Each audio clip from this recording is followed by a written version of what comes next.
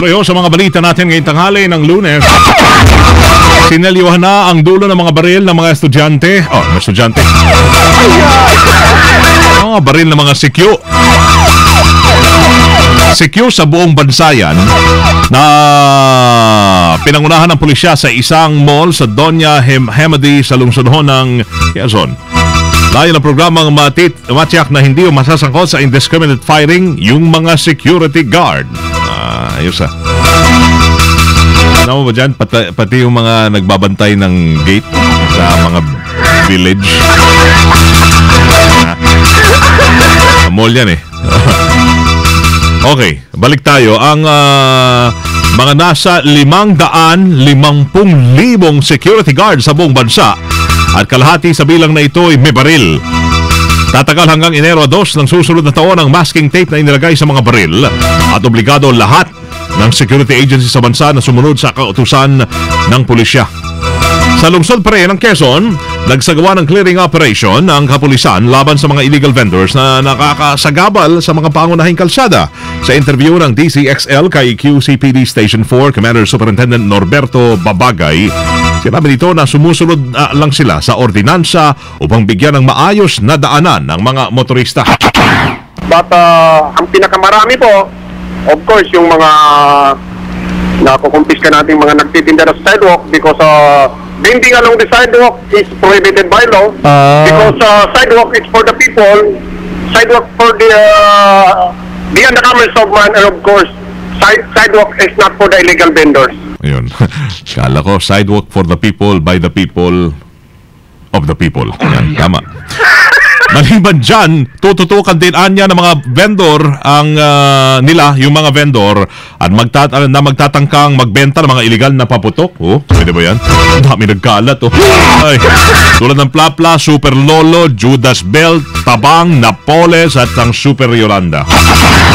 At akalang ako, ay paano pag may karahasan, hindi naman sa gusto natin mangyari yan, may gulo sa mall, di ba? Pag minartilyo ulit.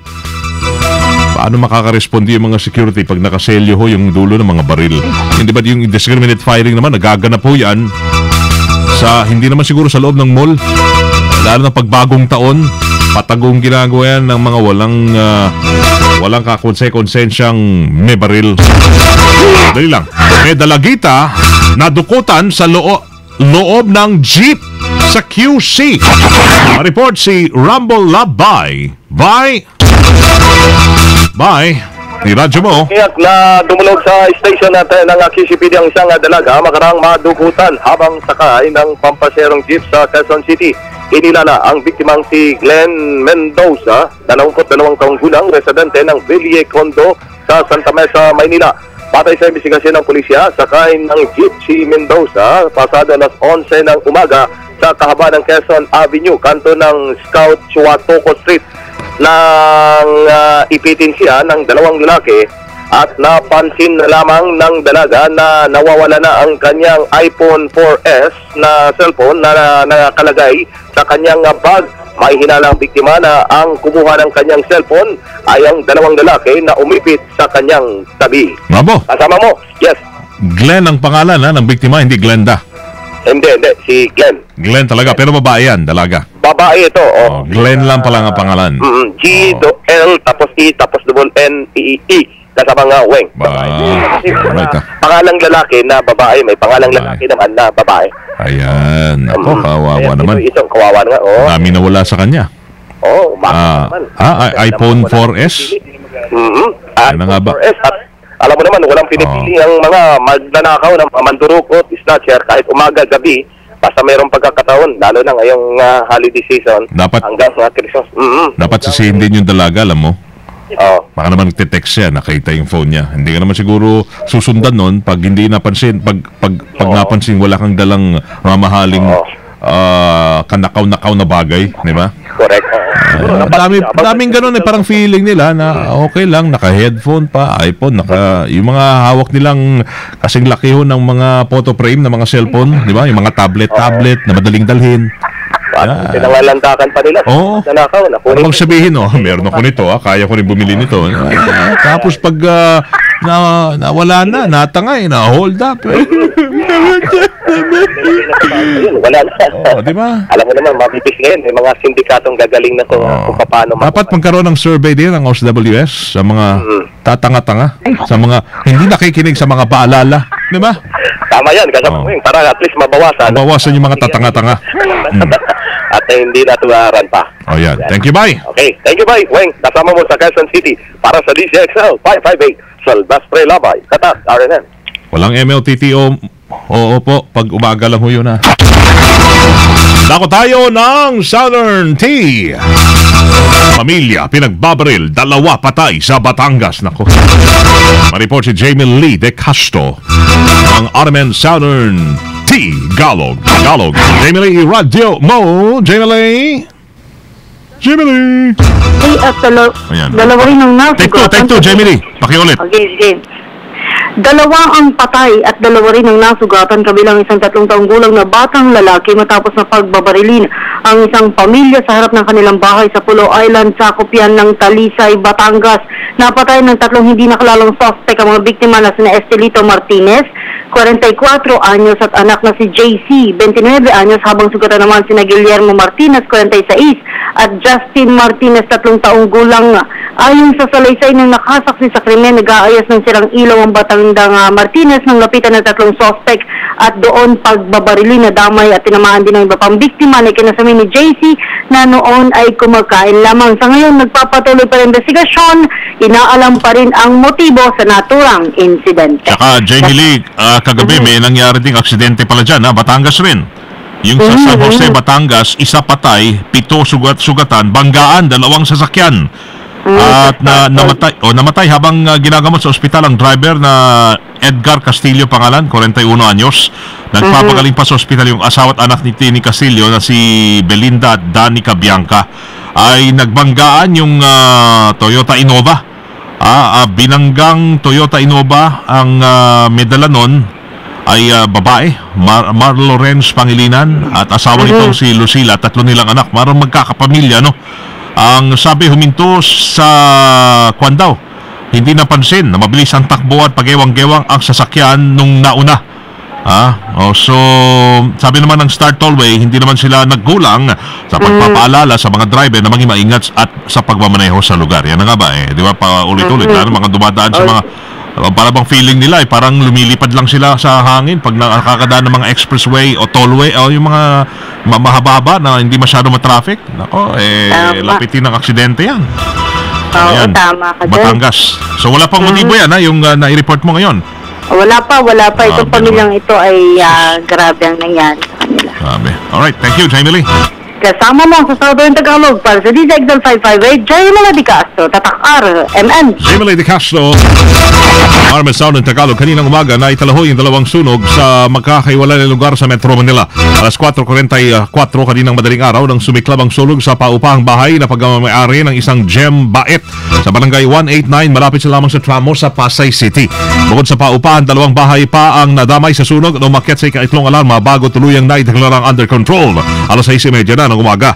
Napula naman ang sunog na tumupok sa kisame ng Kingdom Hall of Jehovah's Witnesses sa San Juan City. Alas 9:20 umaga kanina nang sumiklab yung apoy, nagmula umanaw sa naiwang nakasaksak na electric fan. Yan.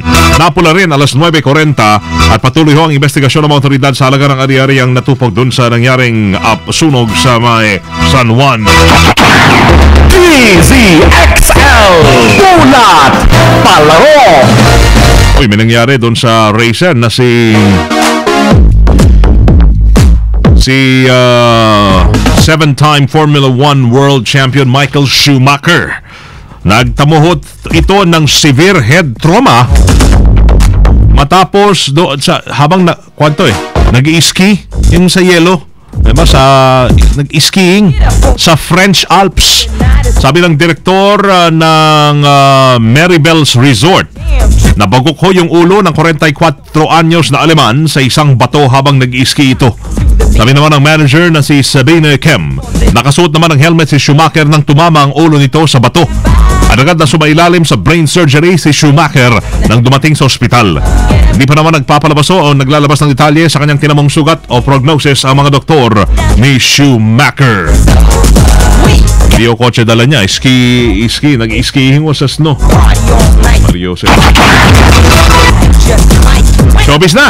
DZXL Showbiz Balita.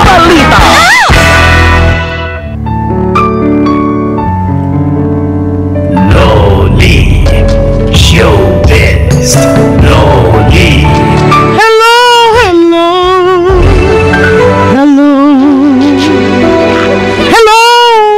Hoy! Ano ka, telepono?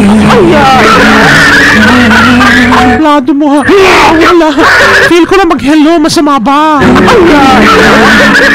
Wala ka sa telepono, huwag ka mag-hello masyado. Isang hello, ayos na. Sige na nga, hello. One hello. O, isang hello lang yun. Hi, Larry. Kumusta na ulo mo? It's me, Loli. Hello, everyone. No. It's me, ha, Loli? How true? 90% na sure ang queen of all media na si Chris Aquino na lumipat sa GMA 7. Usap-usapan ngayon sa mundo ng showbiz na wala nang makakapigil pa sa gagawin ni Chris. Nakipag-usap ng araw ito si Chrissy sa majority owner ng GMA 7 na si Ginoong Felipe Gozon. At si Mr. Manny Pangilinan daw ang susunod nito ang kakausapin. Bukod dito, nagko-consult na rin daw si Chris kay Mr. Tony Juviera na isa sa mga producer ng My Little Bossings na connected sa Kapuso Network.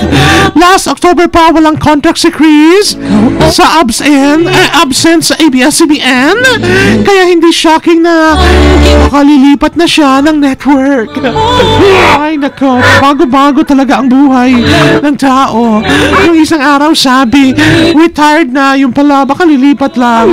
Okay, it's me, Loli Papapapap Lollipop.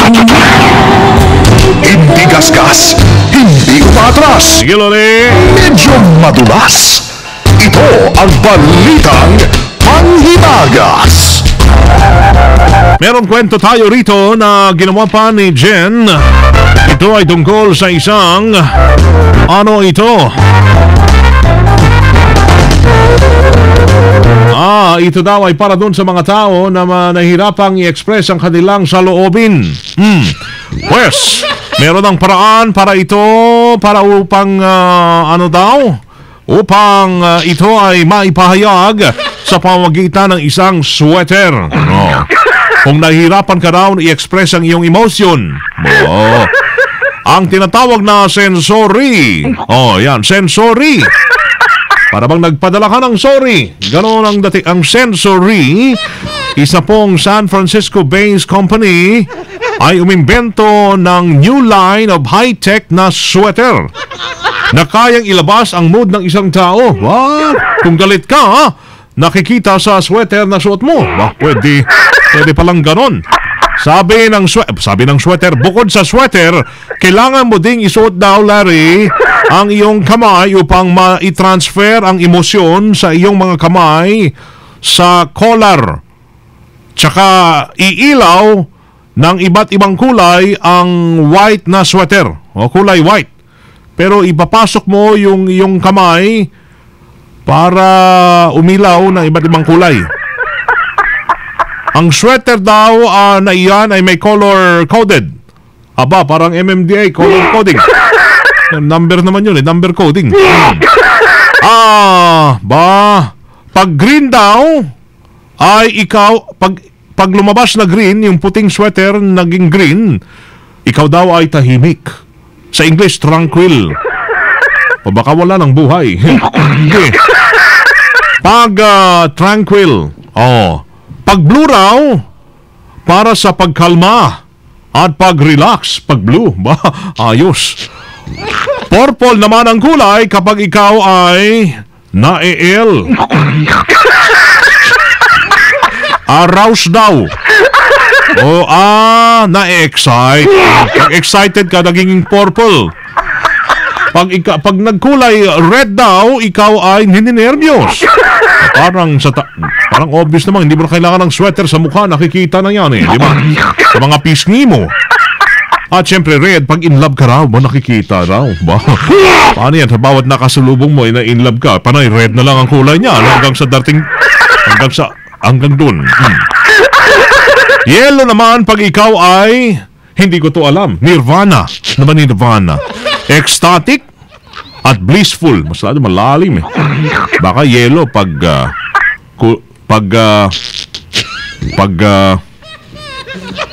balisa ka siguro. Hindi mo alam kung anong feeling mo, yellow. Baka may hepatitis, pwede rin. Sabi pa ng Sensory, ginawa nila itong sweater na ito para lang i-promote ang ecstasy at i-express ang nararamdaman ng isang tao. Yan po. Bili na kayo. Bili na.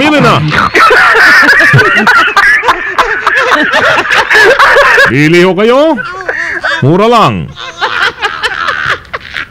lang.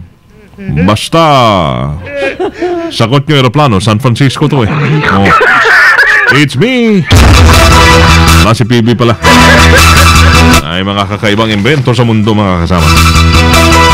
Diretso mga naglalagablabo ng mga balitang tatakarabi ang inyong napakinggan dito lamang sa DZXL 558. Ngayon tanghali ho ng November. Gusto pa maging November na ayaw pa matapos ang taon. December 30 na. Araw ni Rizal. Araw ho ng may libreng sakay sa MRT. Pero alas 5 rin mamaya. Hanggang alas 7. Yan. Ay walang pamasahe. Magantay na lang hanggang alas 5. Na makalibre sa tren. Ayos. Sama niyo ho sa serbisyo publiko from the city of Zambo, Eleuseres Primo Hermano Weng de la Peña sa pangalan ni Mario Veras. Niyo'y tatak. Amen. Naglalagablab sa 558. Sumayin niyo ang 15 minutong kalimutan ng mga pinakahuling kaganapan sa Kalakang Maynila sa ating bansa at saan mang dako ng mundo. Naglalagablab! Dito lamang sa